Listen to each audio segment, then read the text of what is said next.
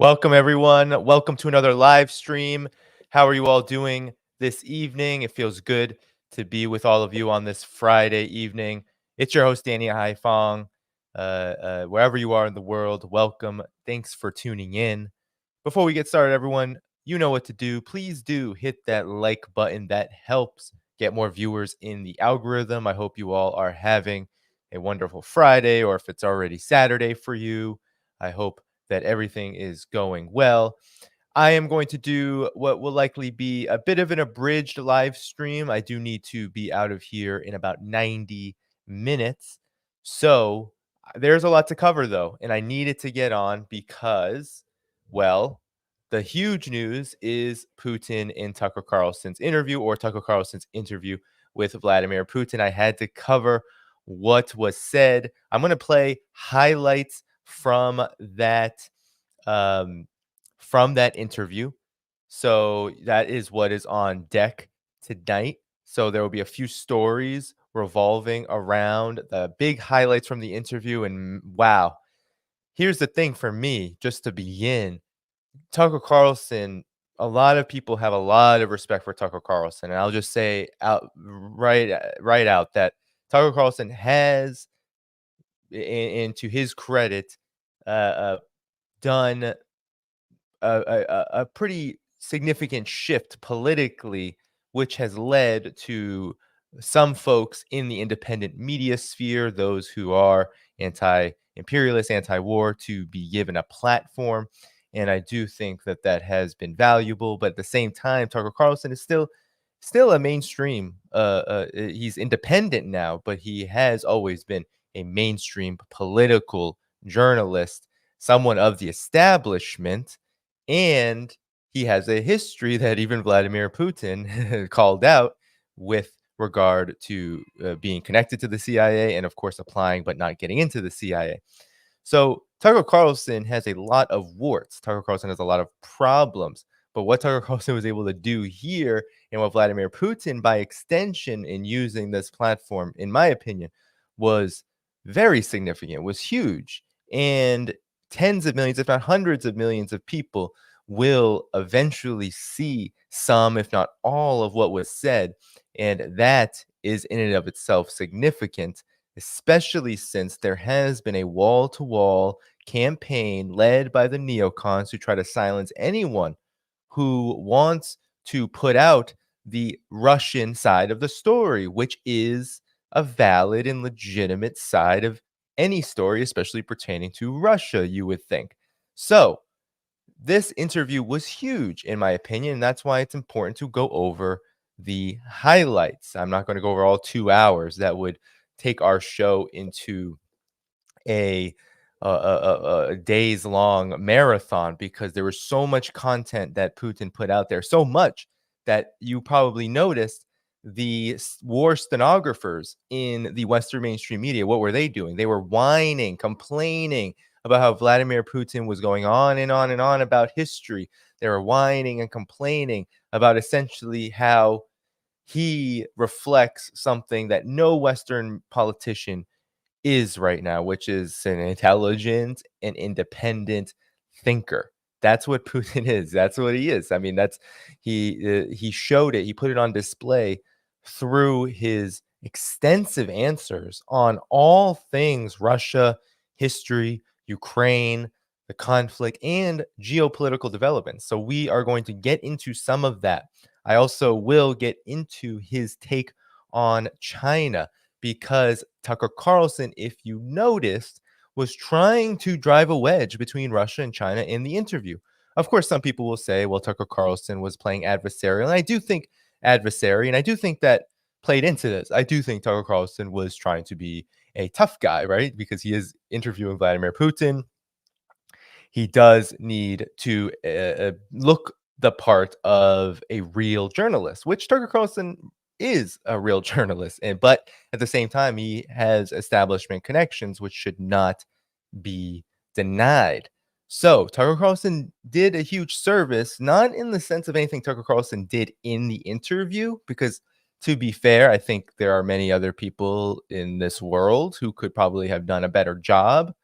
But at the same time, but just by facilitating this and being able to facilitate this, Tucker Carlson was able to, at the very least, play a progressive role on the question of Russia, especially in regard to allowing Vladimir Putin to have a platform to the entire I mean, Tucker Carlson is one of the, if not the most watched political so-called pundits, if not journalists, in the world right now, for better or for worse. And Vladimir Putin being able to use that platform was hugely significant in that now many more millions of people have access to the information, the analysis that Putin put out there.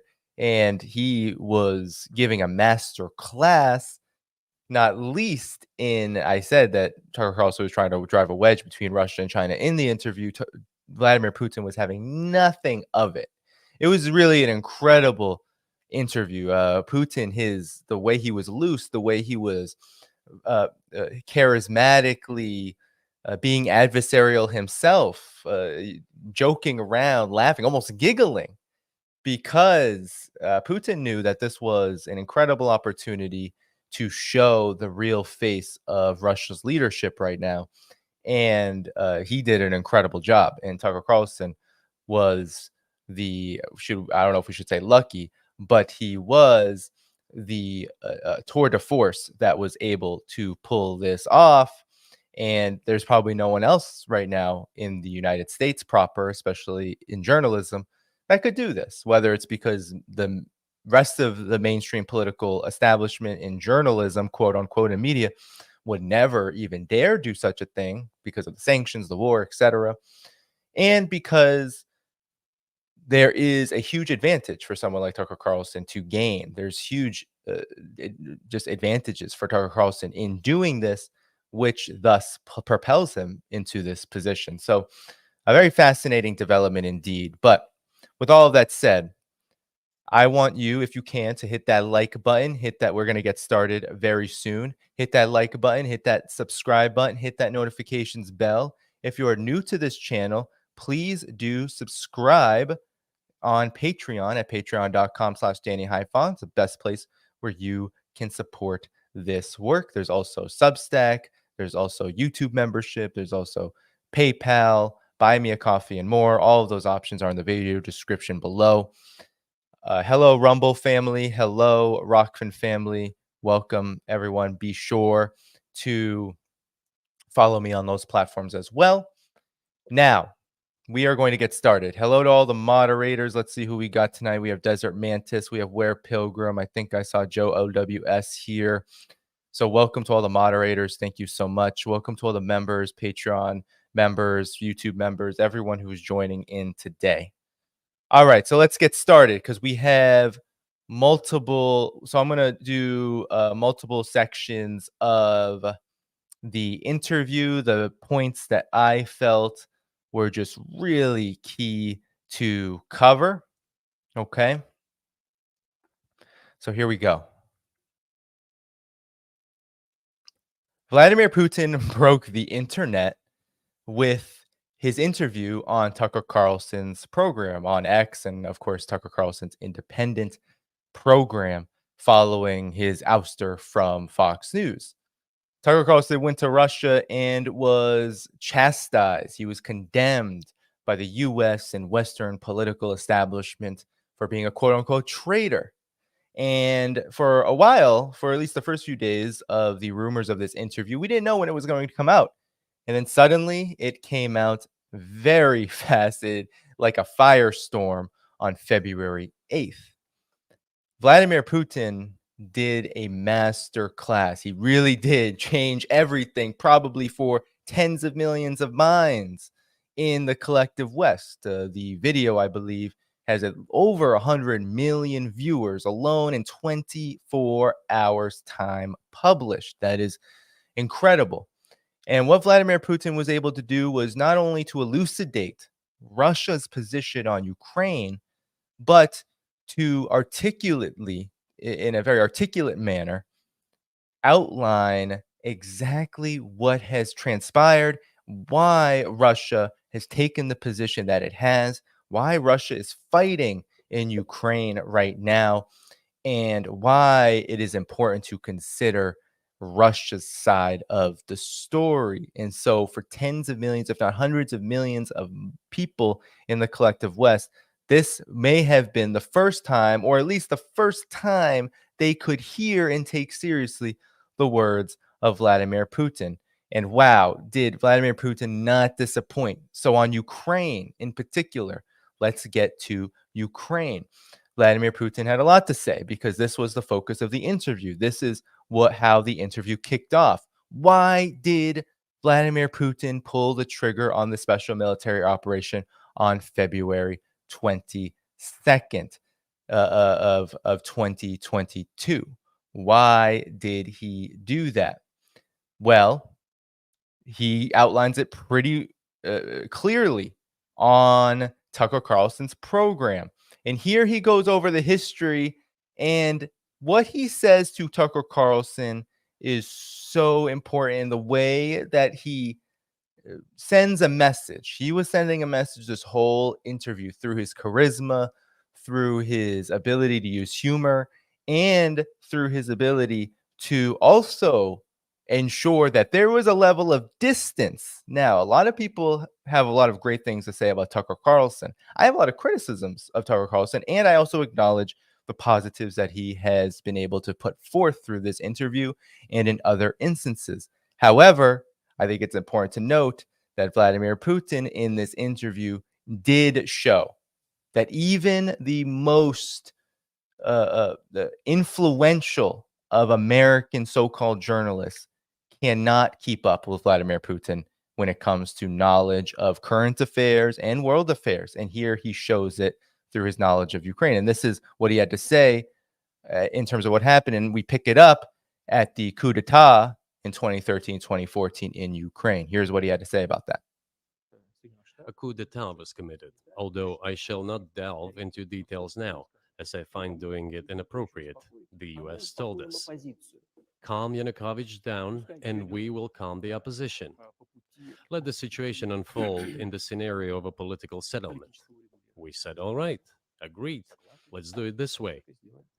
As the Americans requested, Yanukovych did use neither the armed forces nor the police, yet the armed opposition committed a coup in Kiev. What is that supposed to mean? Who do you think you are? I wanted to ask the then US leadership. With the backing of whom? This is where it gets interesting. This is where Vladimir Putin really shows not just how much he knows about what happened, as he outlined there was a coup d'etat. The US was deeply involved in 2013, 2014 to overthrow the government of Ukraine, and that Putin was willing to work with a new government and also listen to the United States in terms of trying to get everything under control so it didn't spill over into violence. Yet the United States fomented and escalated violence anyway, escalated war anyway. And so Tucker Carlson asks, well, by whom? Like who, with the influence of who? Like, how did this happen? With the backing of CIA, of course. The organization you wanted to join back in the day, as I understand. Look at Tucker Carlson's face. This happened many times in this interview where either Tucker Carlson was corrected or he made a comment about Tucker Carlson in jest, I believe. I don't think this was a nasty comment, but I do think it sends a message. I think Putin used humor strategically in this interview to not only relate to the audience, but also to send messages, critical messages, that people in the collective West probably wouldn't be able to hear. There's a lot of reverence that goes on in the collective West, a lot of worship of individuals like Tucker Carlson or what have you, any political figure, journalist, celebrity, whatever. That's the culture in the United States. That's the culture in the collective West. So if you criticize them in a manner that they can't hear, they're not going to listen. But here, Putin used humor to demonstrate a historical fact, which I'll show you in a second. A historical fact about Tucker Carlson is that he tried to apply to the CIA and he was rejected. And I'll show you exactly what I mean. So, Tucker Carlson, this is what he is referencing. Here's an article from the Columbia Journalism Review, The Mystery of Tucker Carlson. And we're just going to go down to the part where it says, Carlson applied to the CIA, but his application was denied, so he turned to journalism. You should consider journalism, his father told him. They'll take anybody. So Dick Tucker, Richard Tucker, was his father, and Richard Tucker was actually a director for Radio Free Europe and the Information Agency of the United States government, which is an information arm of the CIA, now known as the U.S. Agency for Global Media. So that is his background, okay? And that's what Putin has done his research about in terms of his interviewer, and he wanted to send the message that he knew. And look at Tucker Carlson's face. He's not going to touch that one. So here we go. We should thank God they didn't let you in. Although it is a serious organization. I understand. My former vis-a-vis in the sense that I served in the first main directorate, Soviet Union's intelligence service. They have always been our opponents. A job is a job. Technically, they did everything right. They achieved their goal of changing the government. However, from political standpoint, it was a colossal mistake. Surely it was political leadership's miscalculation. They should have seen what it would evolve into. So, in 2008, the doors of NATO were opened for Ukraine. In 2014, there was a coup. They started persecuting those who did not accept the coup, and it was indeed a coup. They created a threat to Crimea, which we had to take under our protection. They launched a war in Donbass in 2014 with the use of aircraft and artillery against civilians. This is when it all started. This is when it all started. This is exactly how this war began. And while many people in the collective West would not have been able to hear this from Vladimir Putin before, now that he's been on Tucker Carlson's program, now you can hear it. You can hear to the ears of tens of millions, hundreds of millions of people across the collective West that this war began because NATO was opening the doors to Ukraine all the way back in 2008, which he explained under the second Bush administration, the Bush Jr. administration. And he goes over in this interview quite interesting details about his relationship with George W. Bush, which he said was good and that he was not a dummy. And this is important because Vladimir Putin is smarter than most political analysts, if not all, in the United States, where there's a lot of attempts to paint politicians as dumb when they're not liked in terms of their personality. And Putin said in this interview, this is not about personalities. George W. Bush knew what he was doing, even if Vladimir Putin did not agree with it. And so this is where it all started. It started with NATO expansion and attempts to bring NATO right on Russia's doorstep via Ukraine. There's a video of aircraft attacking Donetsk from above. They launched a large-scale military operation, then another one. When they failed, they started to prepare the next one.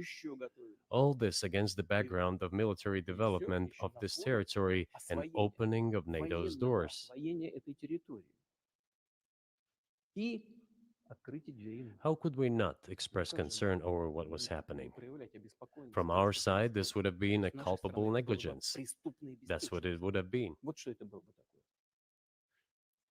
It's just that the US political leadership pushed us to the line we could not cross, because doing so could have ruined Russia itself.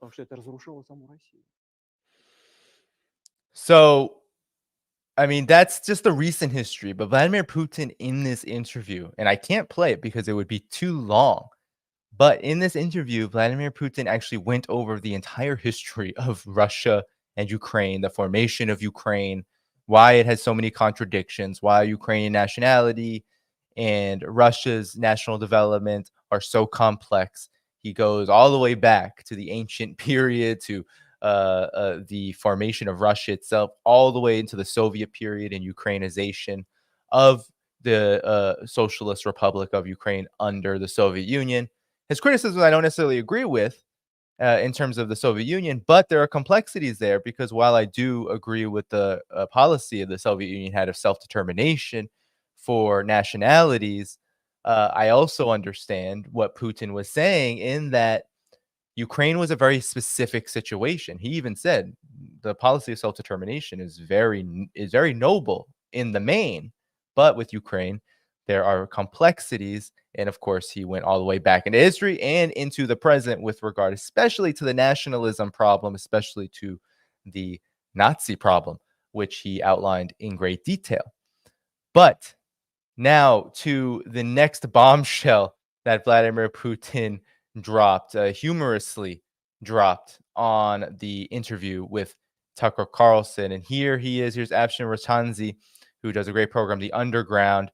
He has a clip here of Vladimir Putin's reaction to Tucker Carlson asking Vladimir Putin, well, who blew up Nord Stream pipeline? Okay, this of course happened in September of 2022, where the huge pipelines that provided gas, especially to Germany, were blown up.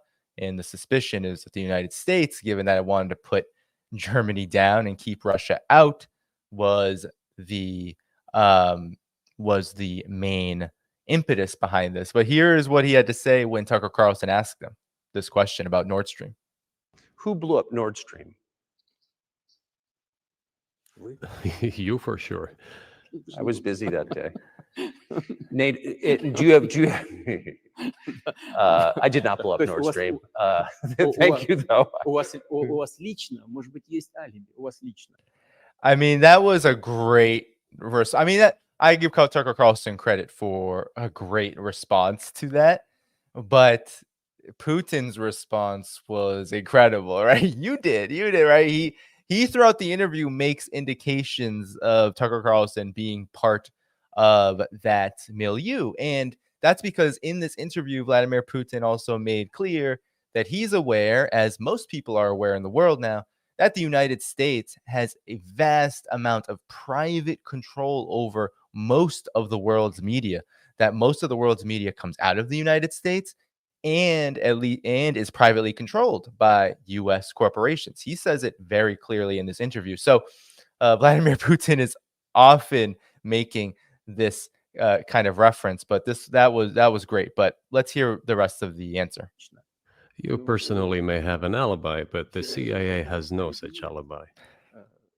Did you have evidence that NATO or the CIA did it?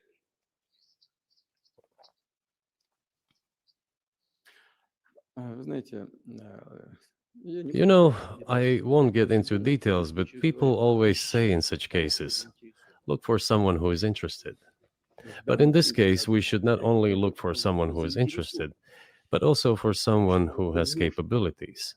Because there may be many people interested, but not all of them are capable of sinking to the bottom of the Baltic Sea and carrying out this explosion. These two components should be connected. I mean, Tucker Carlson's face there was also great as he was describing how the evidence is quite clear without even having to release an investigation, that there's interests and there's capabilities. The United States, the CIA, has both the capability and the interest in doing this, while of course Russia has no interest in doing this. Even if it did have the capabilities, why would it destroy its own pipeline? But here we go. Who is interested and who is capable of doing it? But I'm confused. I mean, that's the biggest act of industrial terrorism ever, and it's the largest emission of CO2 in history. Okay, so if you had evidence, and presumably given your security services, your intel services, you would, that NATO, the US, CIA, the West did this, why wouldn't you present it and win a propaganda victory?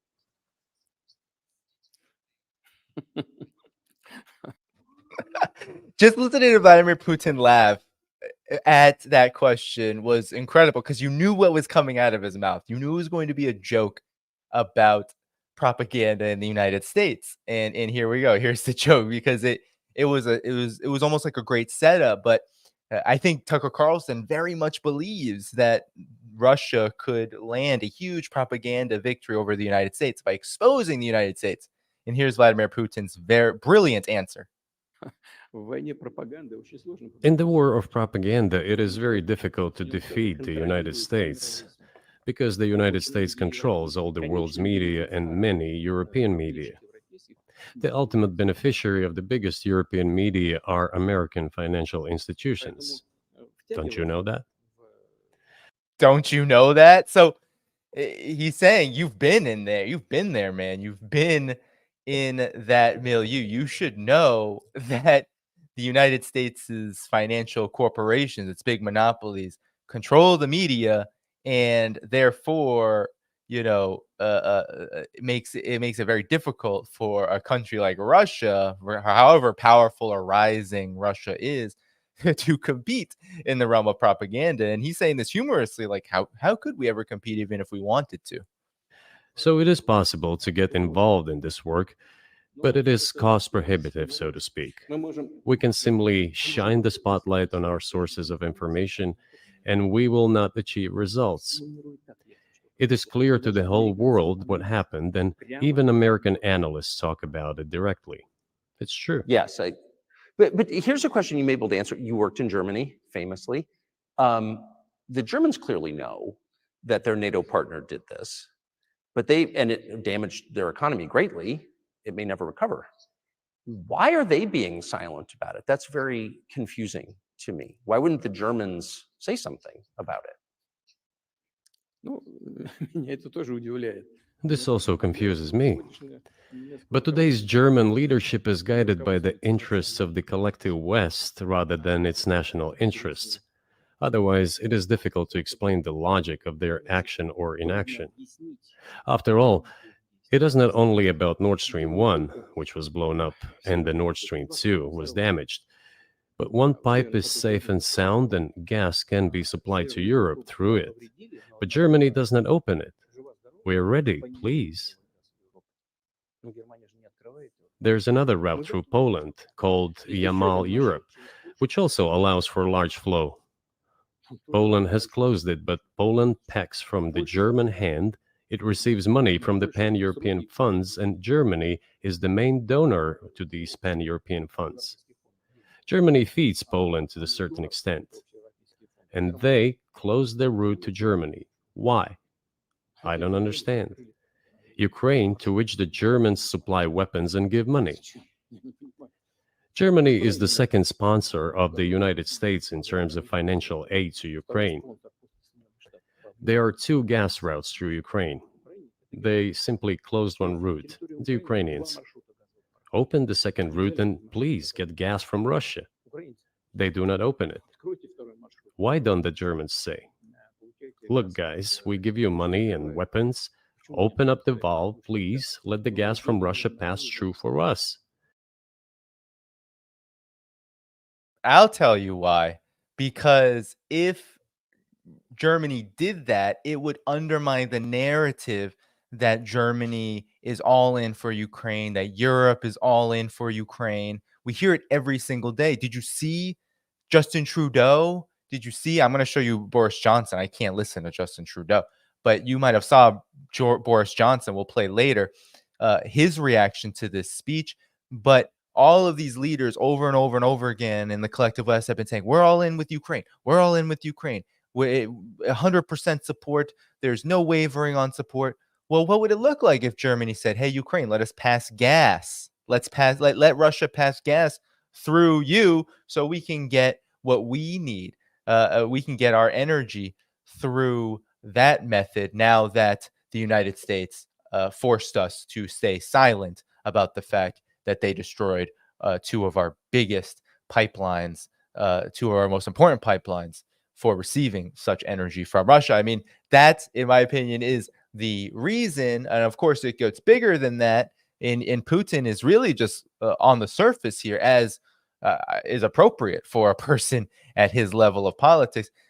What he's essentially saying is Germany is not ruled by its national interests. It's not ruled in the interests of all German people, that actually the United States and this euphemism for the United States, the collective West, is what controls Germany's policy toward Russia, thereby leading it to a great cover up of Nord Stream and, of course, a suicidal policy of sanctions and endless war in Ukraine against Russia, a war that Germany has lost the most. Germany has lost the most out of this. Their economy is in recession. It is contracting. Its industry is in tatters. And its political system is going to become increasingly divided, already is. And it's only going to get worse from here for Germany. It is not going to be a second-class power to the United States anymore. It's going to be a small, puny country in what is fast becoming a rotting center of hell, which is Europe. That's what Europe is becoming. Europe is becoming a rotting epicenter of so-called Western civilization, which is increasingly becoming hell on earth. We're buying liquefied gas at exorbitant prices in Europe, which brings the level of our competitiveness and economy in general down to zero. Do you want us to give you money? Let us have the decent existence. Make money for our economy, because this is where the money we give you comes from. They refuse to do so. Why? Ask them. That is what is like in their heads. Those are highly incompetent people. Highly incompetent people in Germany and across the collective West. He said this many times to Tucker Carlson. He said, ask Joe Biden yourself. Please ask these leaders. They need to be asked hard questions as to why they won't come to the table, why they won't talk to Russia, why they won't do what's in their best interest and end this conflict. Vladimir Putin asked this question many times. And so in this interview, Vladimir Putin on Ukraine went through this whole history. And the reaction to that was hilarious. He went through a big history lesson. And even Tucker Carlson, you could tell, was getting a bit unnerved by it because he didn't believe it was relevant. But Vladimir Putin believed it was relevant to go over history. Why? Because history informs the present. History is what informs why there's a war in Ukraine right now and why it is possible. He said it's very possible for this to end. Just stop the weapons, come to the table, end the conflict. It is on NATO. That is what history has shown. He goes over this, but this was the reaction. Let me show you some of the reaction to this. So here you have, oh, it looks like it's locking me out. Okay. So let me just quickly get this on archive. So Putin nearly bores Tucker Carlson to death with 2-hour history lesson. First of all, the interview was total 2 hours, and it wasn't all history, although there was plenty of context. But this is how the Western mainstream media mainly reacted. They reacted as it's just Kremlin propaganda, and it was boring, nothing substantive to say, because they're not good enough to say anything about this. They're not. So there was the media reaction, okay? And then you had, of course, here's Boris Johnson, what this oaf had to say. Boris Johnson, this absolutely incompetent. When you talk about incompetent people, Boris Johnson is given way too much credit. He was given credit for supposedly nixing the peace deal in March and April 2022. I think that gives him far too much credit. I think he was just a puppet of the United States. I think Ukraine, the United States, and the UK all wanted to nix it. But here you have what Boris Johnson had to say, which is emblematic of what all the neoliberals were essentially saying about this interview. So here is the very unwell and just not, it's hard to look at this guy, but I'm sorry for putting you through this, but here we go. Around the world, people are watching that ludicrous interview with Vladimir Putin conducted by Tucker Carlson, and we must not fall for this tissue of lies, above all for the notion that Putin is somehow fated to succeed in Ukraine. On the contrary, he is doomed to fail. Read about it in the Daily Mail.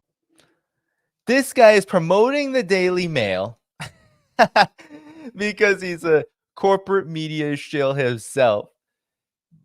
But he's also saying that Russia is doomed to fail. Meanwhile, where's Boris Johnson? Where is he? Who's got to go? Because last I checked, Russia is not losing in Ukraine. Boris Johnson's already lost. He is not even in political power anymore. So this is how pathetic it has gone. They have nothing. They know how significant this was, and they cannot cope with it. Okay. And so before this interview began, we also had, and I'll just play you the last Neocon jackal, right? The last Neocon monster for you. Before this interview even aired, you had Hillary Clinton doing exactly what we expected. Okay.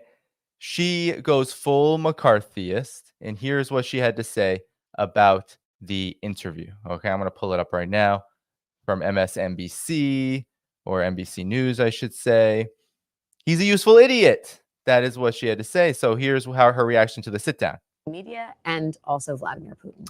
Well, it shows me what I think we've all known. He's what's called a useful idiot. I mean, if you actually read translations of what's being said on Russian media, they make fun of him.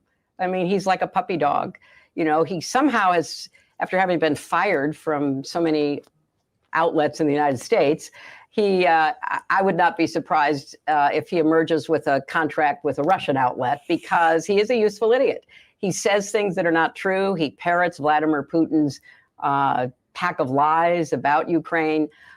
So I don't see why Putin wouldn't give him an interview, because through him, he can, continue to lie about what his, objectives are in Ukraine and what he expects to see happen. It's really. So that was the position. That was all across, right? It was either he was a traitor, Tucker Carlson. He's just spouting Kremlin propaganda. All of this, despite the fact that prior to 2022, and prior really, especially to the Trump period, although there were a few interviews, Oliver Stone's was the most notable during the pre-Trump, right before Trump became president for the first time. It's not the first time that an interview has happened with Vladimir Putin, but under war conditions, this was very unique. And Hillary Clinton, of course, being the queen of chaos and of the warmongers, she could not handle it herself. It's just Kremlin propaganda. Tucker Carlson is just spewing a pack of lies about Ukraine. But if you actually look at the facts about this conflict, they much more conform to what Putin is saying than anything the Western mainstream media has had to say, anything the neocons have had to say.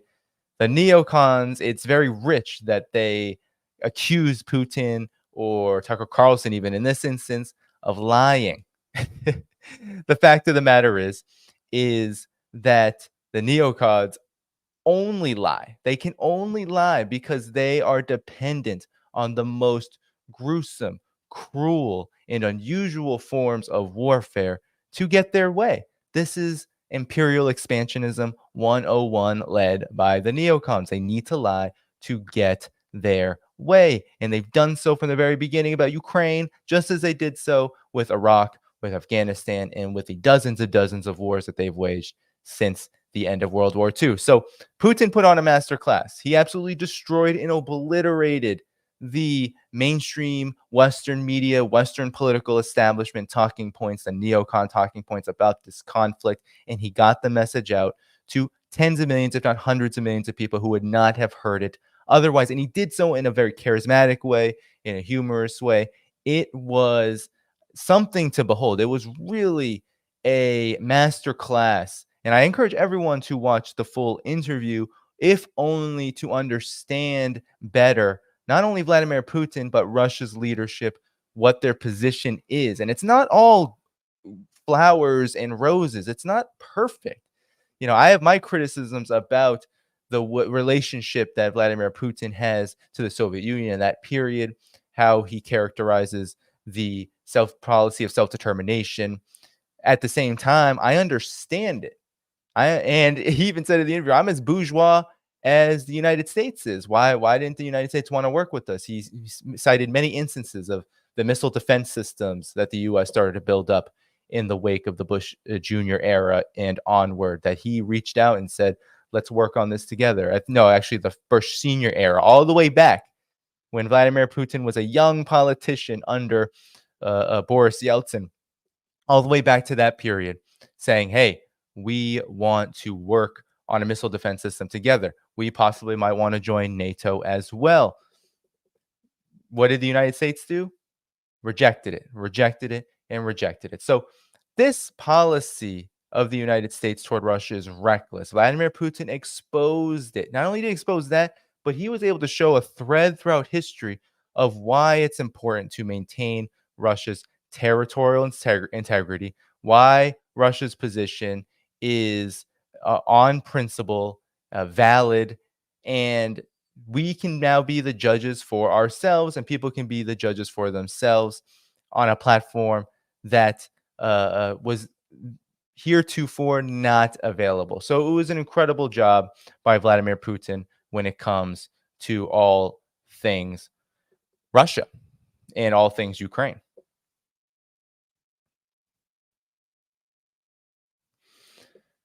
So I want to get to another part of this interview, okay?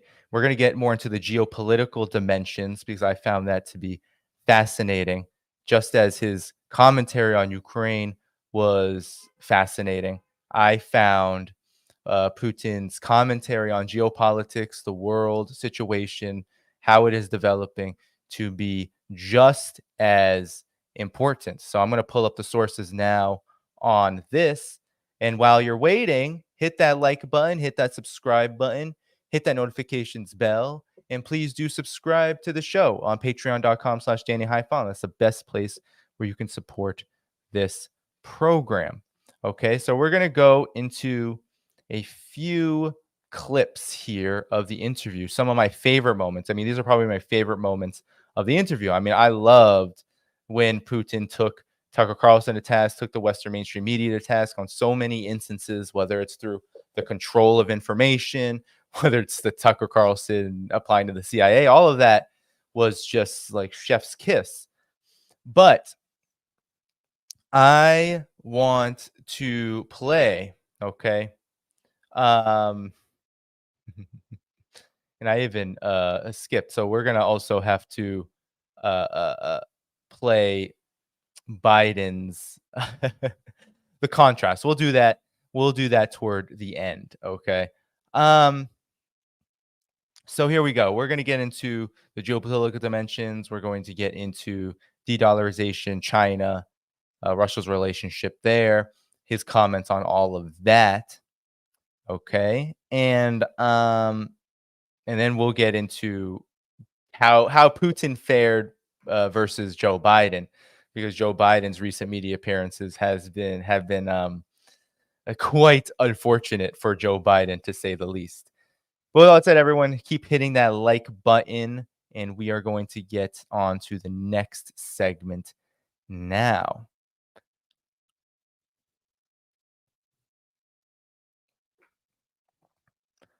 Vladimir Putin, on Tucker Carlson's interview, not only gave an immense wealth of knowledge on the history of Ukraine, of Russia, of the current conflict, of NATO expansion, on and on and on. But Vladimir Putin also demonstrated that he understands and is able to articulate very clearly the geopolitical dimensions of this multipolar world that is fast and rapidly developing as we speak, and why it is important to go and target the financial dimensions of the warfare that we are witnessing when it comes to the United States is, of course, the neocons, the collective West, their attempt to maintain hegemony and to break up Russia, because Vladimir Putin was very clear that the aim here is to break up Russia.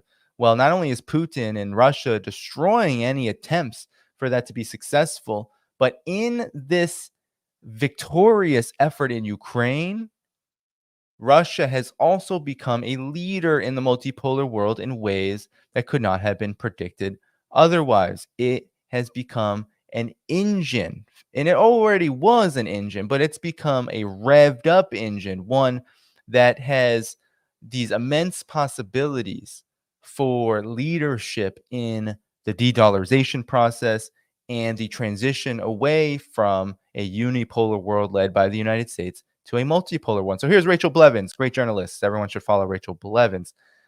She posted this clip of what Vladimir Putin had to say about the state of the dollar, of U.S. economic hegemony, and how it all relates to this agenda to destabilize Russia. So here we go.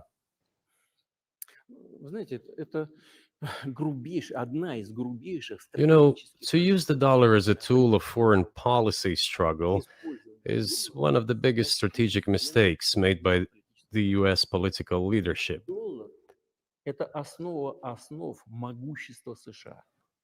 The dollar is the cornerstone of the United States power. I think everyone understands very well that no matter how many dollars are printed, they are quickly dispersed all over the world.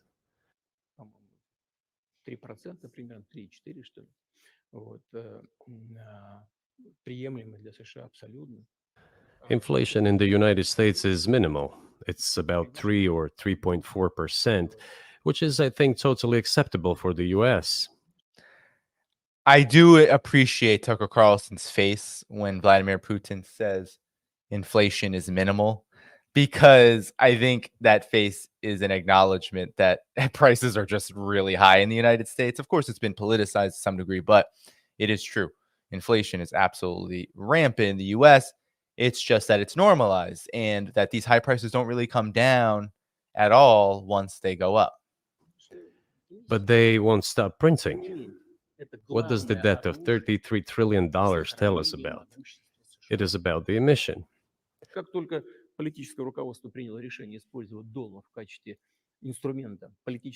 Nevertheless, it is the main weapon used by the United States to preserve its power across the world.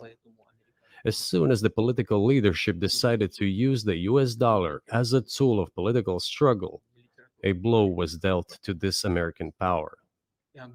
I would not like to use any strong language, but it is a stupid thing to do.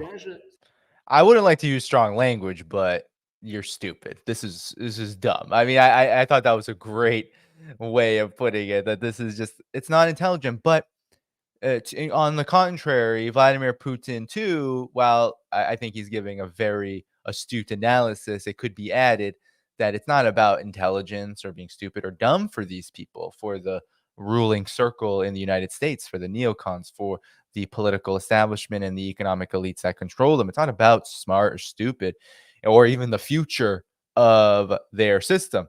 It's about their ability to make as much money, as much profits, and to get rid of anyone in their way as fast as possible. And that's what they believe they are doing when it comes to sanctioning Russia, when it comes to sanctions all over the world, when it comes to all of these policies of aggression. That's what they believe they're doing. And Vladimir Putin understands this. He's about to get into it. And a grave mistake.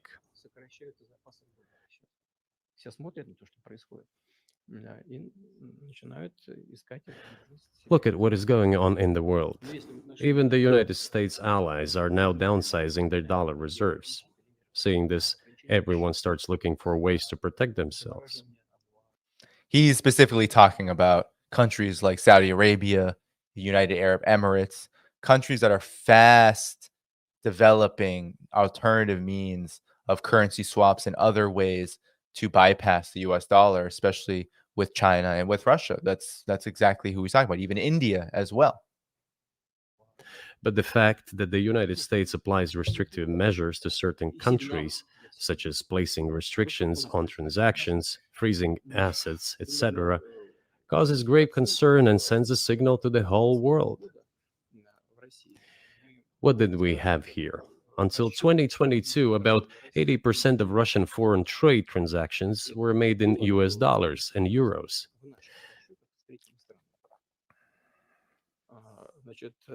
US dollars accounted for approximately 50% of our transactions with third countries, while currently it is down to 13%. It wasn't us who banned the use of the US dollar.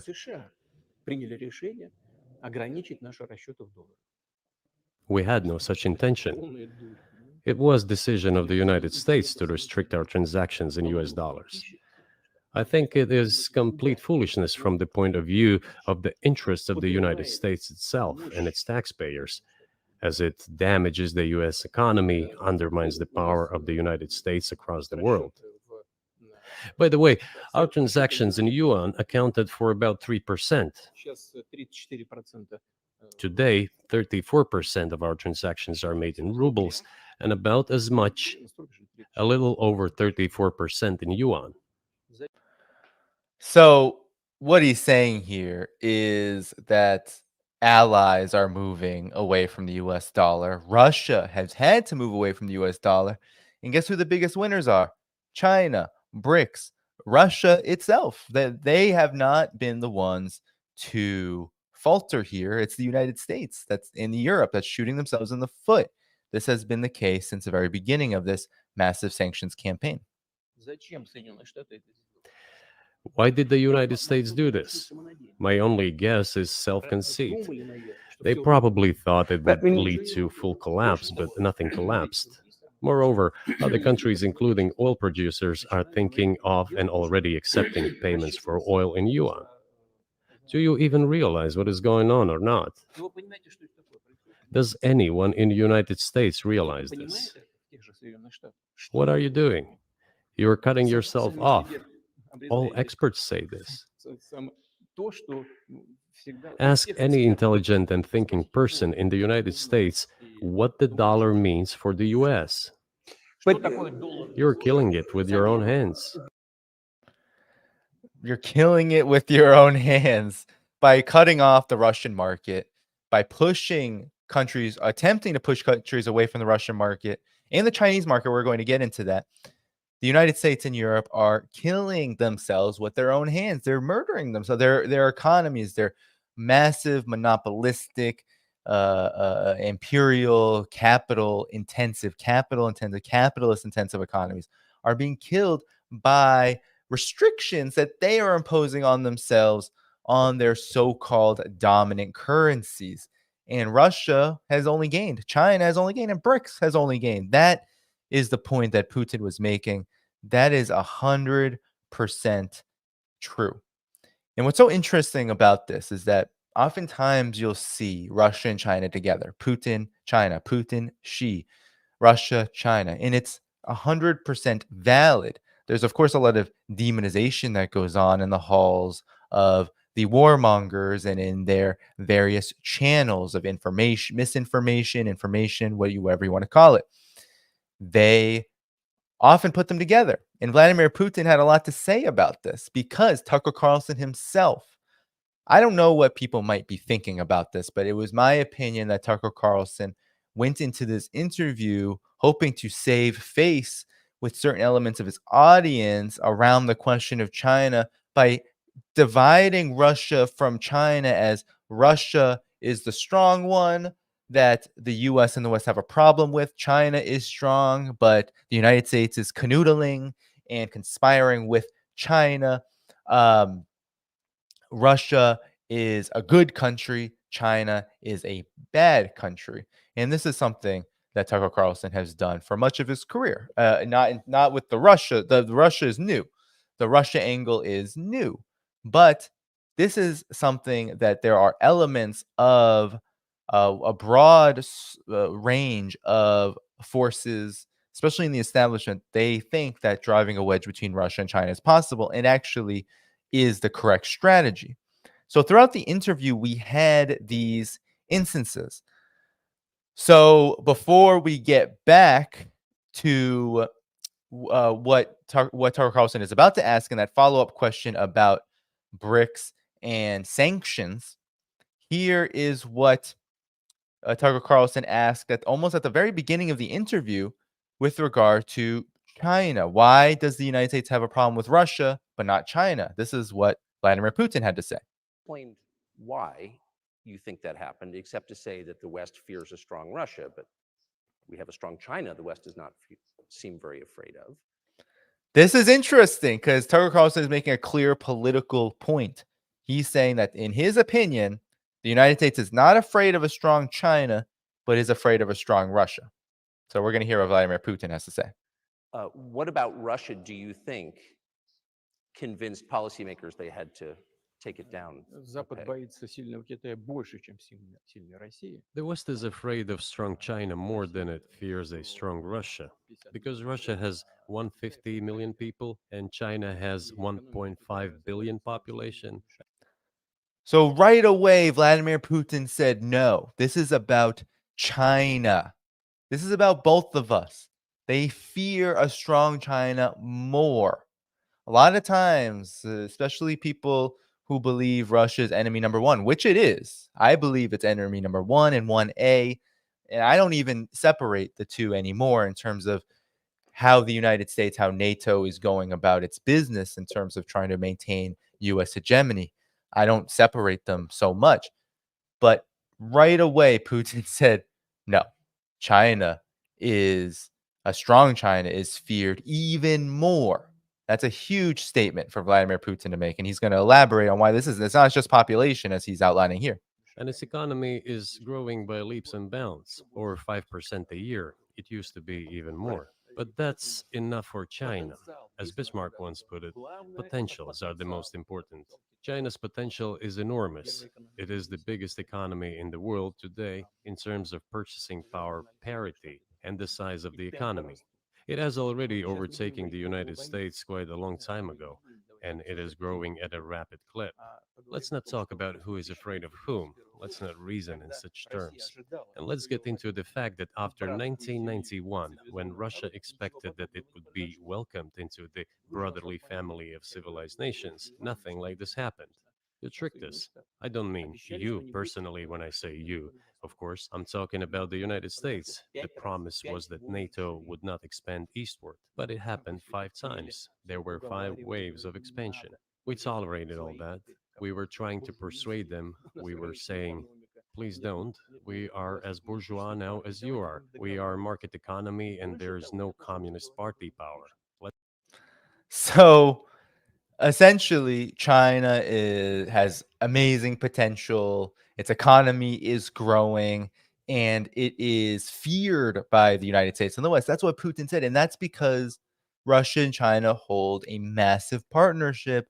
And of course, as a leader of Russia, it is much more clear to someone like Vladimir Putin exactly what's going on when in the collective West, you have essentially people operating, these leaders, these rulers, they're operating with only ideological aims in mind, only ideological talking points meant to satisfy increased aggression toward China. So Vladimir Putin is saying Russia and China. China is a huge power. China is significant. And here's what Tucker Carlson, in following up on the topic of sanctions, here is how he characterized China in BRICS, a very sly and slick attempt to again divide Russia and China, Putin and Xi from each other. And Putin absolutely eviscerates this question. Here we go. I think it's a fair assessment. The question is what comes next, and maybe you trade one colonial power for another, much less sentimental and forgiving colonial power. I mean, is the BRICS, for example, one colonial power for another?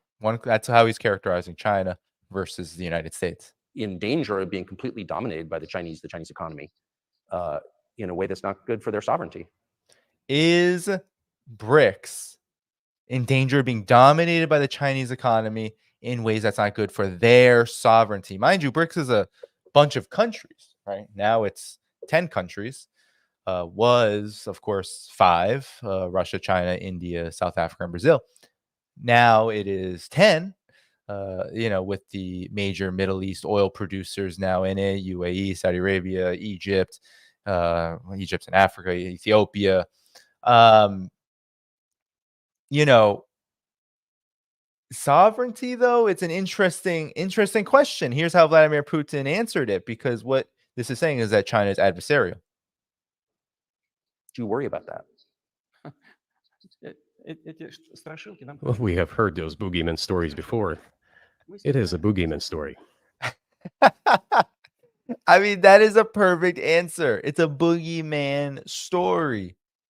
China is not looked at as a villain to BRICS countries. If it were, why would any of these countries even think about joining? It doesn't really make any sense at all. But of course, in the mind of Tucker Carlson, the agenda here is to divide the two.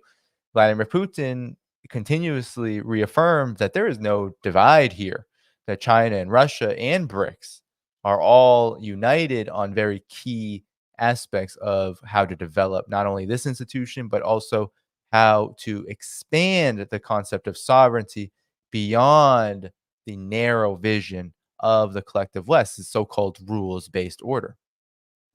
We're neighbors with China. You cannot choose neighbors just as you cannot choose close relatives. We share a border of 1,000 kilometers with them. This is number one. Second, we have a centuries-long history of coexistence. We're used to it. Third, China's foreign policy philosophy is not aggressive. Its idea is to always look for compromise, and we can see that. China's foreign policy is not aggressive. It's always looking for compromise, and we can see that. That's a very strong message. Vladimir Putin is saying China and Russia have big similarities in terms of how they do foreign policy. We can see the utility of China's foreign policy. We don't have a problem with China. у нас, The next point is as follows.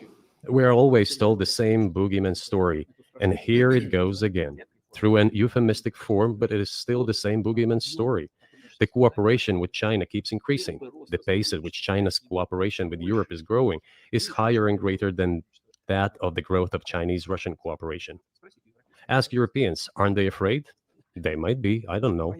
But they are still trying to access China's market at all costs, especially now that they are facing economic problems. Chinese businesses are also exploring the European market. Do Chinese businesses have small presence in the United States? Yes, the political decisions are such that they are trying to limit their cooperation with China. It is to your own detriment, Mr. Tucker, that you are limiting cooperation with China. You are hurting yourself. There he is again, Vladimir Putin referring the United States to Tucker Carlson, that you are hurting yourself. And I think that was intentional, because the question itself insinuated that it would be in the best interest of BRICS to not do dealings with China, which Vladimir Putin has demonstrated is absolutely ridiculous. It has no basis in reality. But he's now attaching Tucker Carlson to this larger policy, not because he is making a direct connection. He's not saying that Tucker Carlson is the U.S. government or is the United States economy. But what he is saying is that what he was asking reflects that dominant trend and worldview, which is detrimental to the United States and, of course, the rest of the collective West, which is going through a process of suicidal decoupling that is impossible in form as it is in substance. So here we go. It is a delicate matter, and there are no silver bullet solutions, just as it is with the dollar. So, before introducing any illegitimate sanctions, illegitimate in terms of the Charter of the United Nations, one should think very carefully. For decision makers, this appears to be a problem. So he said, think carefully about what you do with China. Think what you want, think what you will, says Vladimir Putin. But the reality is that if you decouple from China, goodbye. See you later. You're gone. You're done. And Vladimir Putin recognizes this, and he said very clearly that Russia does not view China in any adversarial way, nor does the rest of BRICS. And so I thought that was just a very good, very clear response to this attempt. And this is a dominant trend now. Russia, of course, I have been supporting all efforts to de-escalate with Russia, to acknowledge Russia's rising role in the world, to understand Russia better. So, as I would with any other country that is under fire from US and NATO pressure, to understand Russia better so that people will be more amenable and agreeable to peace all across the collective West. That is key. I've done it with Syria. I did it with Libya. I did it everywhere where there's been an attempt to destroy and overthrow a government that the United States doesn't like. This is the task. China as well. China has become, of course, a key focus for me, but also needs to be a key focus everywhere. In the great thing about this interview is that Vladimir Putin shows that him and Xi Jinping, Vladimir Putin, Russia, Xi Jinping, China, are in a very strong partnership. Very strong. He describes in this interview how they surpassed $200 billion in US dollars in trade, and it's only going to go up, and that the relationship is complementary and mutual, meaning that China shares its advances with Russia. Russia shares what it has with China that China doesn't have, and that these two countries are moving forward along a similar path of increasing prosperity and alignment in a broader vision for a multipolar world. That is the huge development happening around the world. And that is what Vladimir Putin was able to articulate so clearly in this interview to someone, Tucker Carlson, who I don't believe Tucker Carlson understands this phenomenon. I don't think he agrees with it.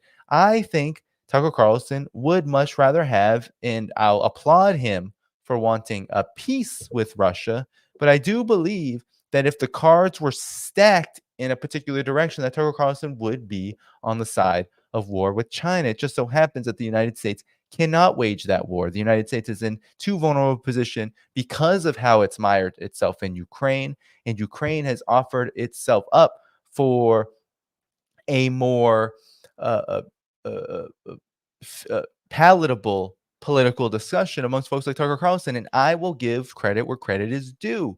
That's a good thing. Tucker Carlson going to Moscow, interviewing Vladimir Putin, promoting a message of getting the U.S. out of Ukraine. I agree with that. But when it comes to these bigger questions, Putin, there's no competition. He is able to, he would probably do this with most people in the world, not just someone like Tucker Carlson, who is far flung from these developments. But Vladimir Putin is someone who understands, because he's at the forefront of this movement, of this development, exactly what is going on. And he was not going to be deterred. He was not going to mince words, and he was not going to allow China to be dragged. What Putin and Xi Jinping, what China and Russia are doing is actually changing everything about this world order that we live under. They are the new superpowers, quote unquote, but superpowers without the aims or interests of superpowers, meaning that they just want to be part of a family of nations. They want to adhere and follow the UN Charter. That's why Putin brought this up many times in the interview. UN Charter, UN Charter, UN Charter. Why? Because that is where that's what Russia wants to follow. That's what China wants to follow. And if they are allowed to do that, and other countries are allowed to do that, then the global south will stand to win. That is the point of all of this, for everybody to win, for all countries, the poorest of them, to win, because China and Russia knows what that is like. They know what it's like to be on the bottom. Now they are rising. Now they are world powers. Now they have the light shown on them because the United States is on the decline. The United States is on its way out, and it is trying to do everything it can to wrestle control of what it has left, and it's not working. And Tucker Carlson's interview offered a snapshot into what a leader who is in a position of momentum, a position of a truly transformational movement and trend of multipolarity, what that kind of leader looks like, what that kind of leader believes, and how we can learn from it. And Vladimir Putin certainly put on a show in that regard.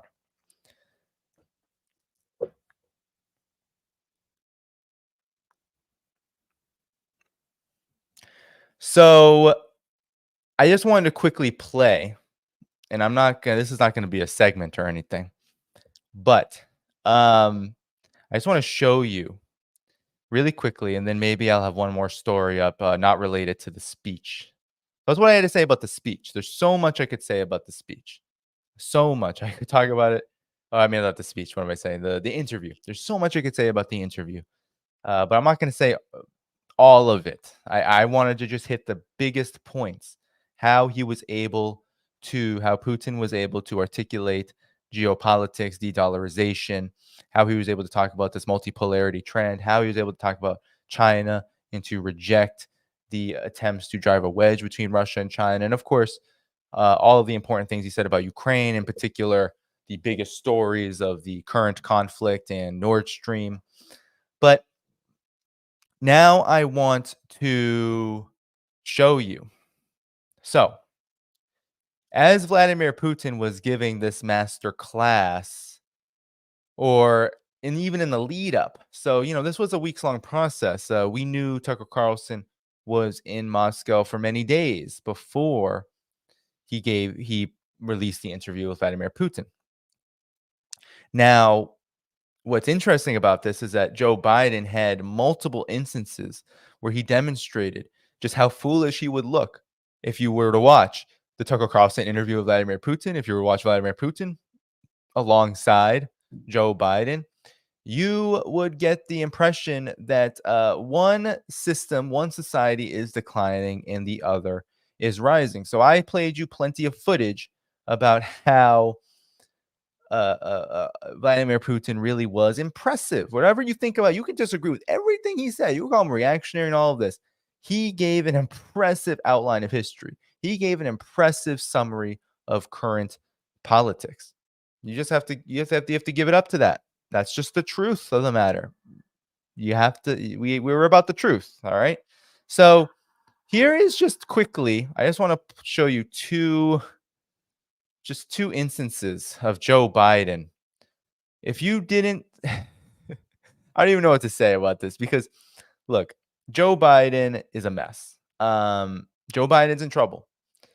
I would never have thought that an interview with Vladimir Putin would be so embarrassing to a U.S. president, but it was, because Joe Biden is looking really bad right now. The polls are not in his favor. We all know that he is in big trouble. But here's Joe Biden at a campaign event. This was earlier in February. This was the first week of February before the interview. Here he is at a campaign event, basically talking to dead people, he says. Here we go.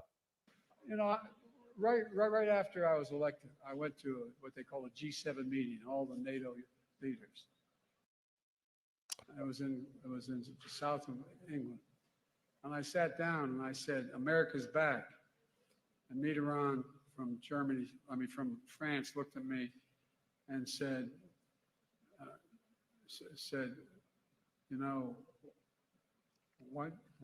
how long are you back for? Mitterrand. So this says Mitterrand was the French president between 1981 and 1995. He died in 1996. So, I mean, look at that face. Is that a face of someone who's doing well right now? I mean, he barely could get out the words, and the words that came out were not impressive. So there's the face of failure, decline, of so many things. Not good for the United States' ruling establishment, at least. And then here he is just days later. This was, I believe, the same day as the interview was released earlier.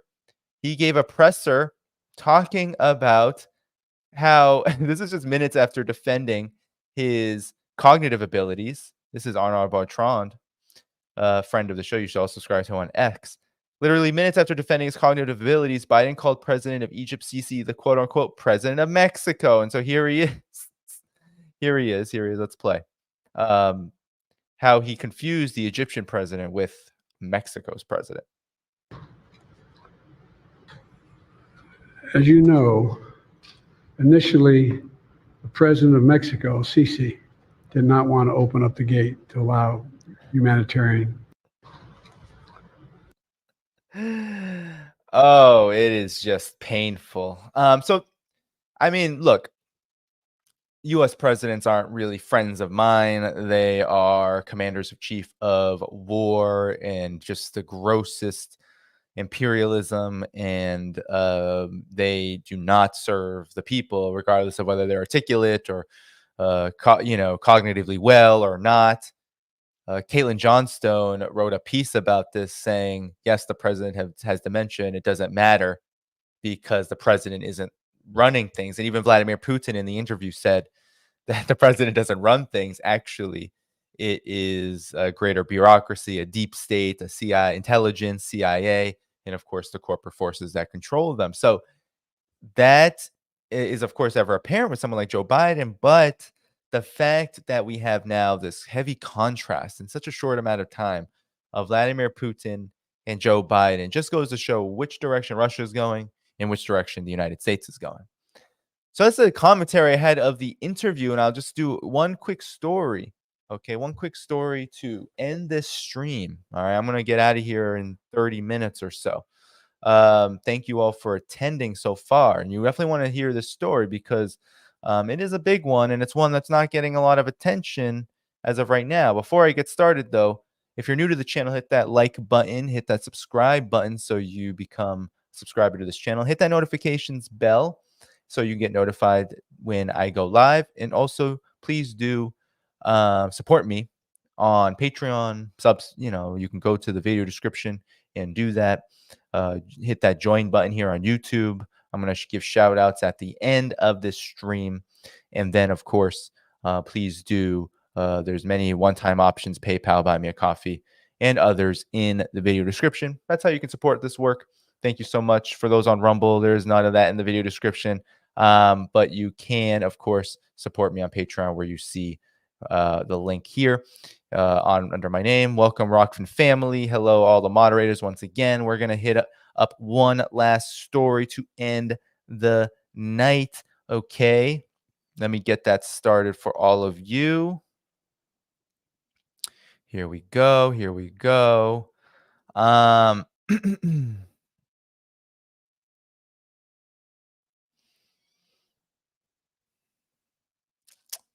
right. All right. So,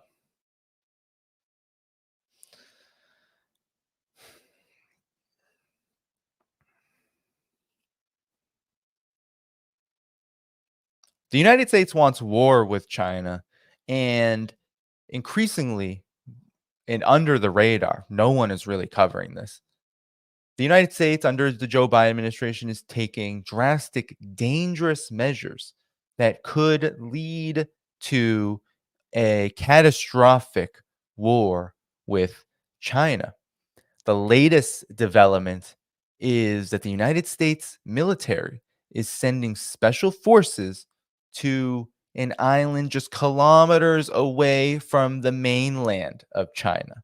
Yes, this is a de facto occupation of China, the beginning of what could be, again, a catastrophic war. And so the news was released. Okay, here's the news. This was from Taiwan Defense Update. U.S. Army Special Forces, the Green Berets, are going to be stationed with the Republic of China's Army 101st Amphibious Reconnaissance Battalion on a long-term basis on Kinmen and Matsu Islands. These are Chinese islands. Okay, these are de facto governed by the so-called Taiwan authorities, but this is a dangerous escalation because of the location. So that was the report. I'm just going to show you a map, and then there's a story, a report on this from Newsweek, and there wasn't really any indication and coverage of this from the rest of the Western mainstream media. But here's a map to give you a perspective of how dangerous this is. So this is mainland China.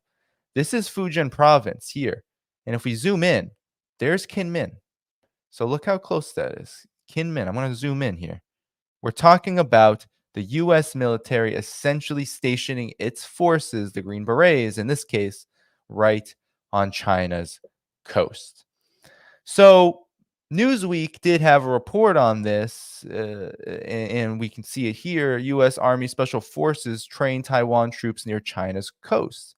Specialists from, let's get rid of Jens Stoltenberg's face there. Specialists from the U.S. Army are training Taiwanese soldiers in what is described as a permanent arrangement rather than on a rotational basis, including on an island just 6 miles from the Chinese coast, according to Taiwan's United Daily News, which reported that the training regimens were being planned and supervised by the 1st Special Forces Group, an airborne unit under the provisions of last year's NDAA, National Defense Authorization Act, signed into law in December 2022.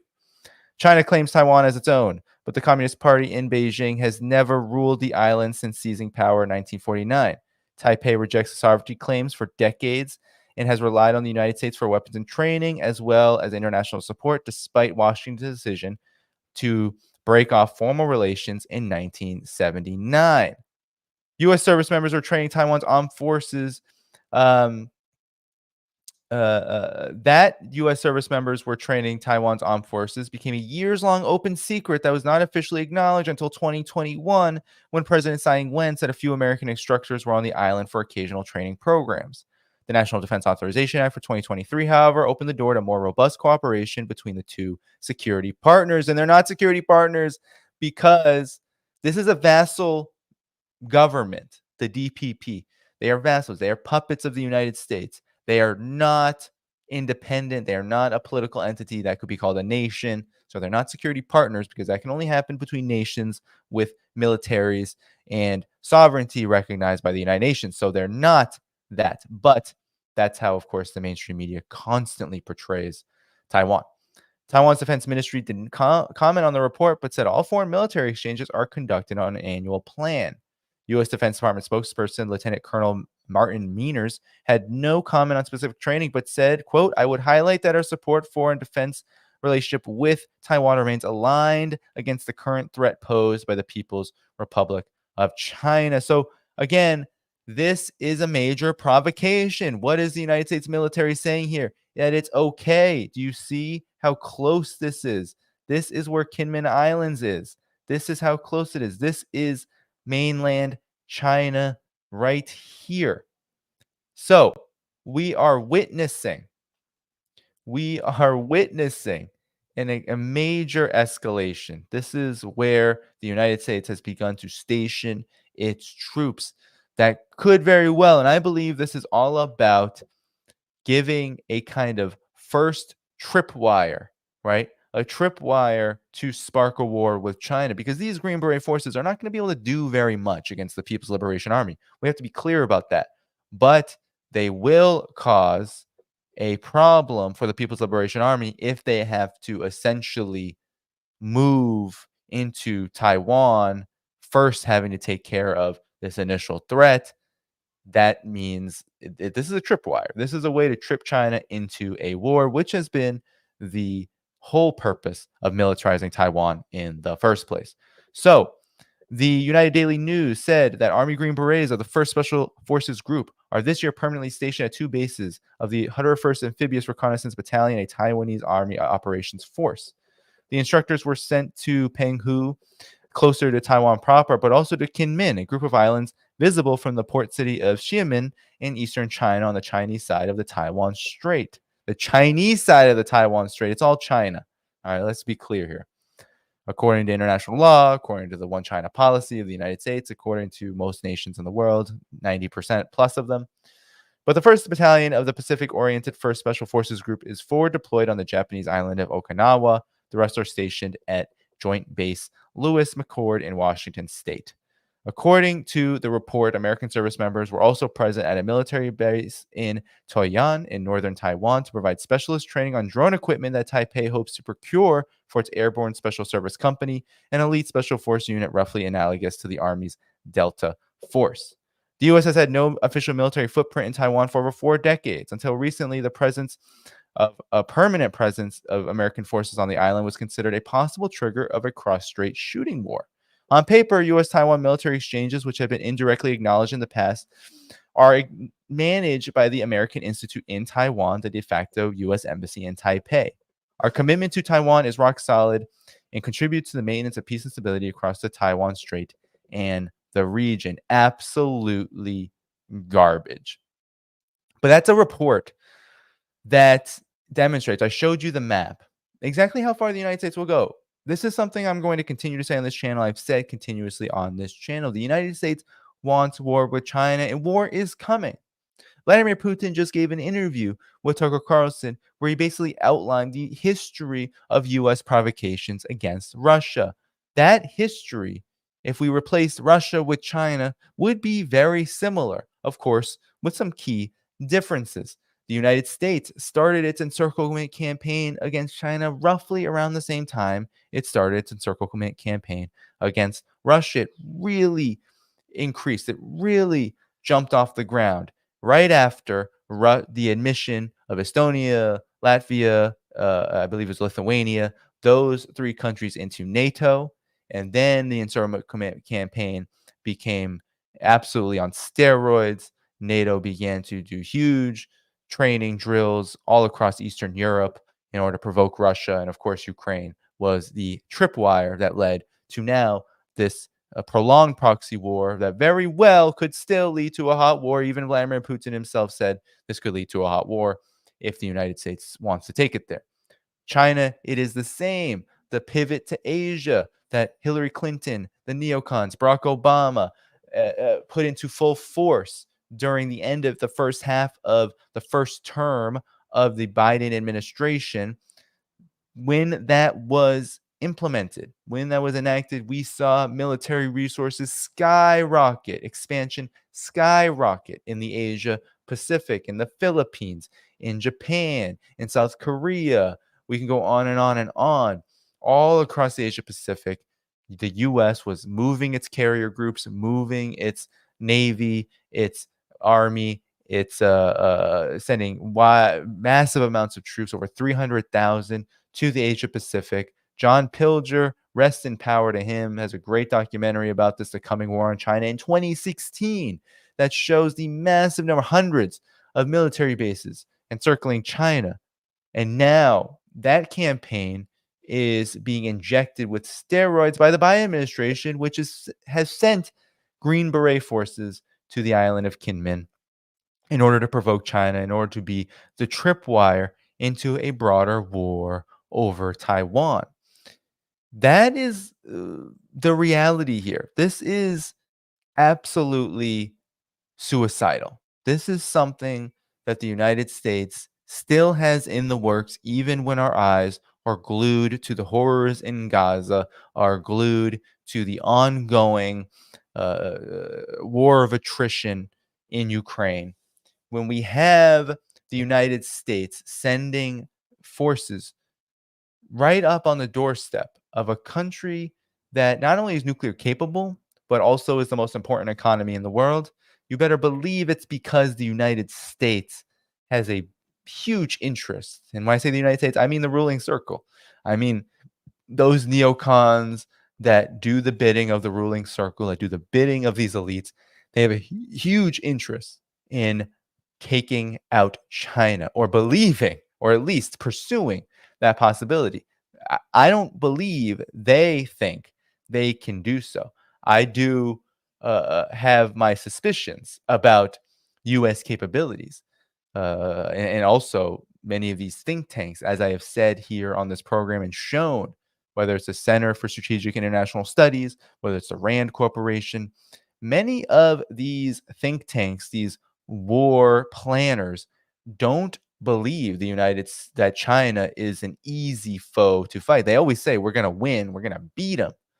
But they always put in their reports that waging a war against China would lead to massive amounts of destruction that the United States would suffer gravely from. Taiwan would suffer gravely from. And what happens? So we've seen in this war of attrition that there was a huge miscalculation. Putin said it to Tucker Carlson. This was a massive miscalculation. They should have been able to predict this. Sure, Vladimir Putin was being really nice. It's not about predictions. It's not about what is correct to the warmongers, to those who only see profits and expansionism for profits as their ultimate aim. No, intelligence and what's right and what will be the correct decision, what will be good for self-preservation, that doesn't matter. That's not the biggest fish for these warmongers to fry. They want to fry the world so they can essentially eat. They can essentially eat it. They want to devour the Chinese market. They do not want China to be independent, just like they don't want Russia to be independent. They don't want to see huge sovereign countries with strong, centralized, state-led economic systems assert themselves in the world for the fear that their rationality, their ability to plan ahead, their ability to be governed by principles, whether you agree with those principles or not. I am of the position that China and Russia overall, in the main, are taking the world into a better place than where it was before they were big powers. But regardless of whether you agree with it or not, that is not the point. The point is that the United States and the collective West have as their aim as diminishing, balkanizing, destroying, dividing, and ultimately conquering these two major powers. China in particular, as Putin said on Tucker Carlson's interview, China in particular is the biggest and gravest threat to the United States' hegemony. So all that is to say is that there's just so many reasons why this is going on, but it comes part of a larger campaign of militarization, one that no one really has been paying attention to since the United States became mired in quagmire after quagmire in the Middle East, in Ukraine, that the Asia Pacific and China has kind of taken a back seat. But the United States has been trying to provoke conflict with China, whether it's Taiwan or the Philippines. There have been confrontations between China and the Philippines, mainly because of the United States' backing of the government in the Philippines, which has basically traded away any semblance of sovereignty to become a full protectorate of the United States post Rodrigo Duterte's rule, which saw a little bit more balance. Now we see a complete vassal of the United States willing to do its bidding. You even have India sending ridiculously submarines into the Pacific, into the Indian Ocean in order to provoke China, right? Like this is going on and on and on, and it's all because the United States is not done. It's not done with China. It wants to wage war on China. It wants China to um submit. That's what it ultimately wants. And so this latest development with regard to Taiwan, with regard to Kinmen and Matsu, these islands that are part of this long-standing one China, two systems policy that China has attempted um, to facilitate with regard to Taiwan, is a major escalation, and one that we're not going to hear about because it's much easier to look at Biden's incompetence, what's happening in the United States, the political chaos here. Much easier, especially when you have Vladimir Putin going on Tucker Carlson and giving a master class. All of that is easier to look at because it's everywhere. But these stories go under the radar, similar to what was happening to Russia before the special military operation. We only started to hear about, Russia is maybe going to invade Ukraine late in 2021. because we were not being informed by the Western mainstream media of a years-long process of NATO expansion along Russia's border.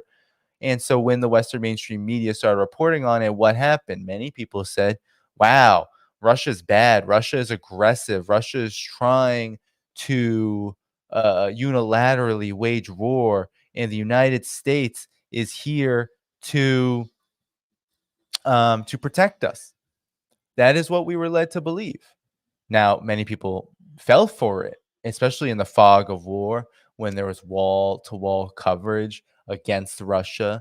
There was very ill coverage and very bad coverage of Russia during this time, even as Putin was attempting to negotiate with the United States and with NATO over the issue of Ukraine. What did we hear? We heard how bad Russia was, how Russia was so unreasonable with its security demands. And within 24 or 48 hours, those security guarantees were completely ignored and rejected. So this is a scenario that very well could happen with China. China has over and over and over again asserted that the one China principle is the ultimate policy governing China and its relations with Taiwan province.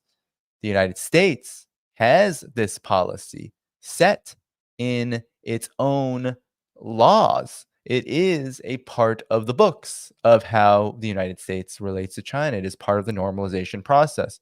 The United States, however, has continuously violated this with arms sales in the tens of billions, with continuous diplomatic wrangling, support of opposition movements, color revolutions, the DPP.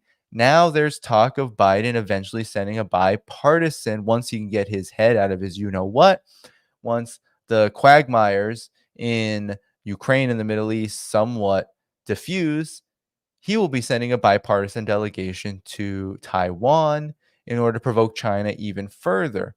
And that's why China continues its constant and regular military drills, on its own coast, in its own oceans, in its own waters, in its own seas. That is what it means to be a sovereign country. The United States sending its aircraft carriers, its submarines, its military personnel, its armaments, its navy, etc., thousands of miles away is not about sovereignty. It's not freedom of navigation and all of this nonsense. It is straight up provocation. When I was in Vietnam in October, we went to the coast of Vietnam and we looked out to the South China Sea. And what did we see? We saw U.S. naval carriers. That's what we saw. We could see them from the coast of Vietnam. Did Vietnam ask them to be there? No. Did any other country ask them to be there? No. The United States says it's their right to be there and do something about it and suffer consequences. That's how the United States operates, as a bully. And right now, as a pathetic bully at that. Because while the United States wants war, and while its actions certainly could be a tripwire to a war with China, the United States is not in a position to fight such a war. If Russia has been able to do what it has done to the United States and to NATO, what do you think China can do? China's economy is far more advanced than Russia's, and Russia's economy has benefited from the special military operation. If there was an attempt to decouple from China, China has shown every bit of capacity and capabilities to withstand these attempts at sanctions. China has sanctions against it. China has been targeted with export bans and sanctions on high-tech corporations. There's a blacklist of high-tech corporations. It has been isolated to a certain degree from the U.S. market in many key areas. This has hurt the U.S. market more than China. The trade war on China has hurt farmers in the United States, has hurt distributors in the United States. It has hurt the agricultural sector in the United States. It hasn't really hurt China at all. And so the point here is that this war is coming. There is a war coming against China. Now, people have to be very careful in the United States and in the collective West what they wish for. They have to be very careful about who they support here. When Tucker Carlson interviewed Vladimir Putin, he tried to drive a wedge between China and Russia. He tried to say Russia is strong and feared. Why is that? And China is strong but not feared by the United States, ignoring developments like this, these dangerous developments where you have Green Berets literally sitting on China's coast just 6 miles away from the mainland, ignoring the fact that there's been a decade-plus long campaign of military encirclement of China, ignoring all of this, ignoring the sanctions on China. Now, where we have to be careful is, who do we trust? Who do we base our conclusions off of? Do we base it off of the US, European, in many instances, political establishment, which sees China as an adversary?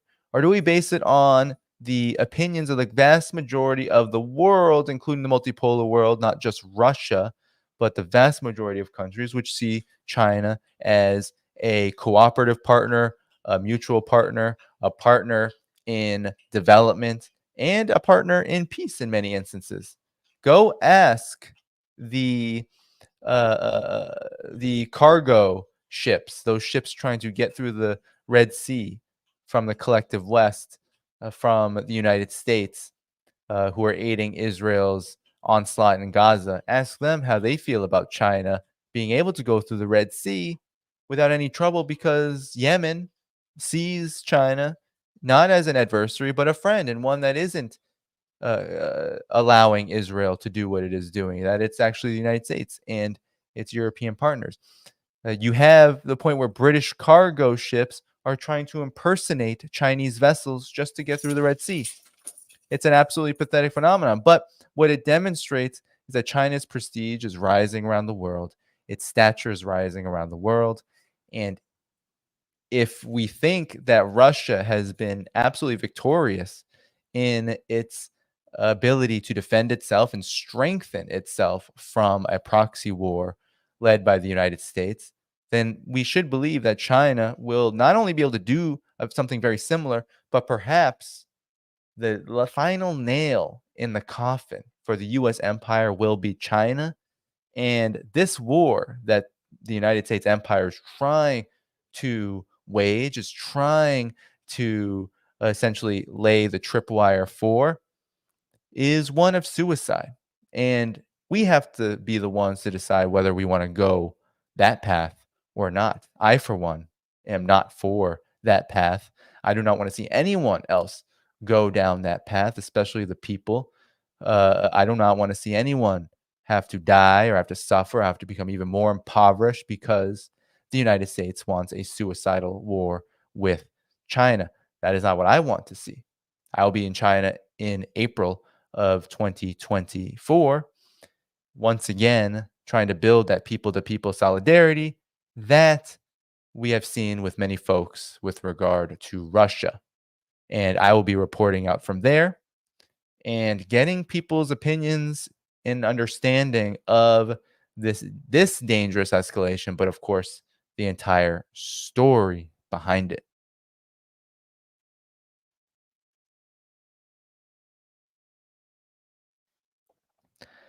That's it.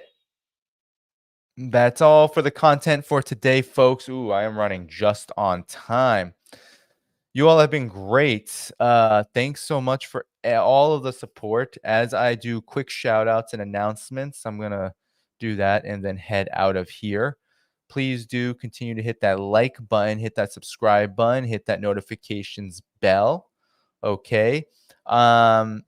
So I'll be back on Tuesday with Scott Ritter. We're going to go over the gambit of stories and developments. It's the Tucker Putin interview again, his impressions.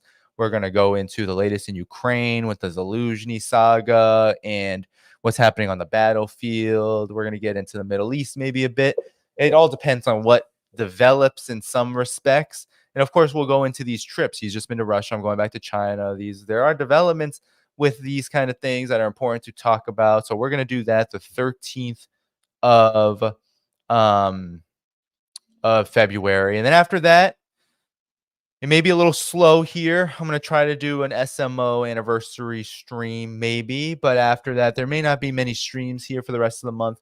There will be clips from prior streams, from this one, from ones from before. So you can get that content outside of the live streams. You don't have to listen to all 3 hours of all these live streams that end up going at least 2 to 3 hours. So that's a policy I have here. I know some people don't like it, but clips, I am my single producer, so clips come out when they come out, and most of the time the content is evergreen. So please do continue to stay tuned to this channel and what's about to come on it. But yes, the 13th, definitely Scott Ritter, and then there will be probably one more maybe stream after that. I will have to see. Okay, so somebody said Scott Ritter said Tucker Carlson wasn't properly prepared. Well, I think that I would have loved someone who was just better and smarter than Tucker Carlson. Like, look, I have respect for Tucker Carlson's ability to do this, and the fact that he's in a position to do it, but I don't have much respect for the guy, given his politics on war in general. He's not anti-war in totality, which isn't a hard thing to be, mind you. There are plenty of people who could, I think that, someone like Scott Ritter, who comes on the show as a friend, and he says, I'm not anti-war, but it's because he's for justice, and justice sometimes takes wars to happen. Now, the wars that America, the United States wages, not about justice, right? Not about the people. But there are such things as just wars, that's for sure. Like, I would never criticize Vietnam, Palestine. Look at my position on Russia. Same thing with China. Like, there are wars that sometimes have to be fought in order to stop wars, or in order to stop a warmongering system. These are wars that have been fought throughout history, wars of liberation, things like this, right? And South Africa, apartheid. We can go on and on in examples, but the point is that Tucker Carlson is not anti-war when it comes to establishment wars in totality. He's just not, because if he was, he wouldn't be trying to divide Russia and China. He wouldn't talk the way he does about China, as he's done so often, even up until this day. So, and his history of Nicaragua, all of that, it's very suspicious. And I still can't embrace the guy, even if I do respect the historical moment and all that has happened. So I do have that respect, and I don't think it is like, I would never criticize him on the basis of the Russia situation, or even question his motivations, even if I do believe that he has demonstrated publicly that he wants to split Russia and China apart.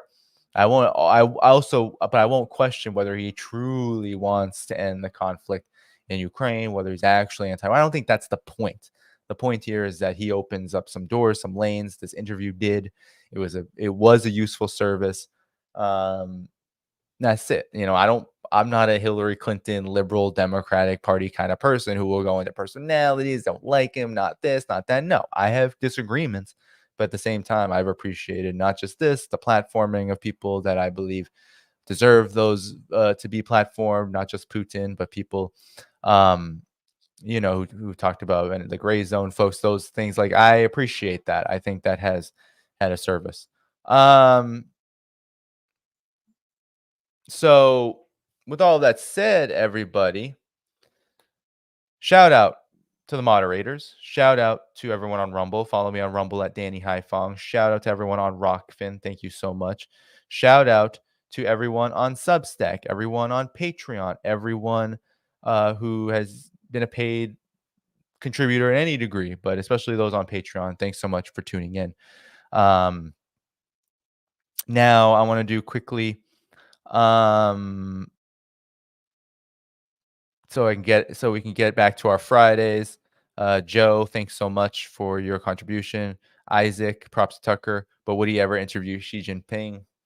No, I don't believe he would. Now, look, if the historical moment were to arise, maybe. But here's the thing. China does not appreciate demonization, and Tucker Carlson has been on the side of demonizing China many, many, many times. So it's a dicey question. It's one, China is not China will do things like, for example, meet with Henry Kissinger before he died, bring him to Beijing. But it would be hard to sell Xi Jinping meeting with Tucker Carlson after what Tucker Carlson has done on his programs about China. I mean, it would be a hard sell, but at the same time, I don't think Tucker Carlson sees China as important as Russia at this moment. That's his opinion, not mine. That's all that I have gleaned. And there have been some Tucker Carlson segments that have been decent on China. I think he did one on education that was kind of interesting and supporting some of the regulations that China has enacted around video games and education in school and things like that.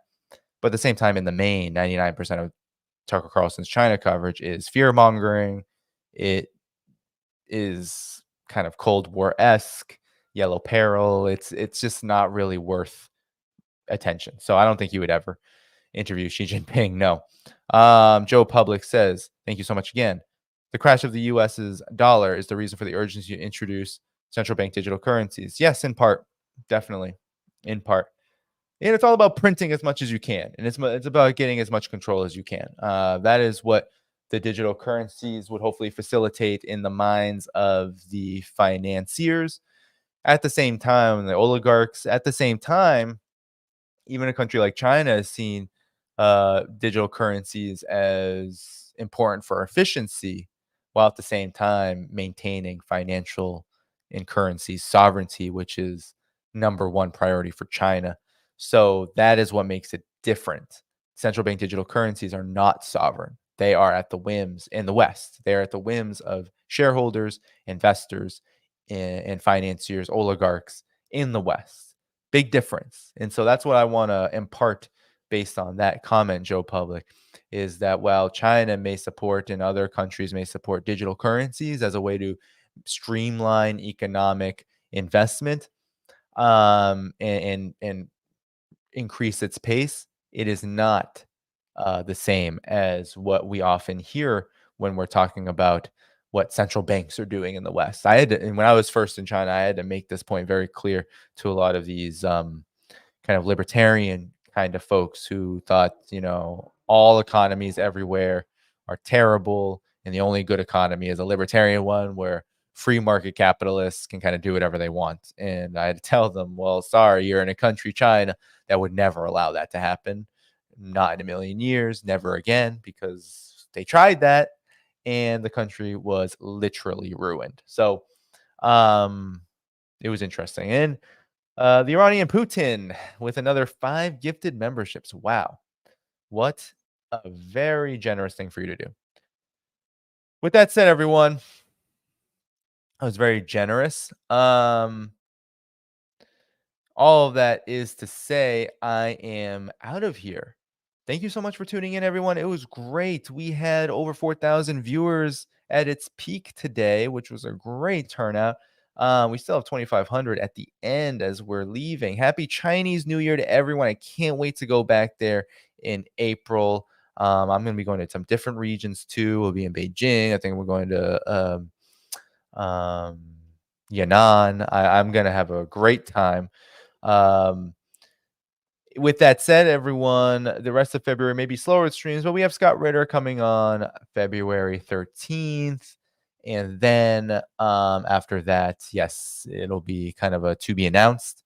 March, the beginning of March will be probably very packed full of streams. And then I'm going to be on vacation in the middle and then come back late March, early April, back into a flow.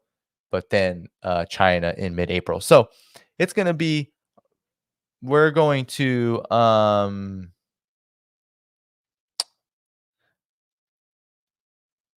going to be very, very we're going to be around, but just know that the streams may come and go a little bit more. So with that said, everyone, thank you so much for your support. Before you go, hit the like button, hit the subscribe button, notifications bell, subscribe on Patreon.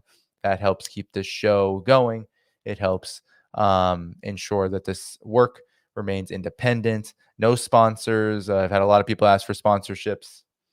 I think I am going to, if I ever do that, I'm going to wait for a while because I want I want to keep this people centric. I don't want to become a commercial. That's not my thing. So if you do want this work to thrive and for it to grow, support me in the video description below. Thanks so much for everyone tuning in. I'll be back again Tuesday the 13th with friend Scott Ritter. Take care. Bye-bye.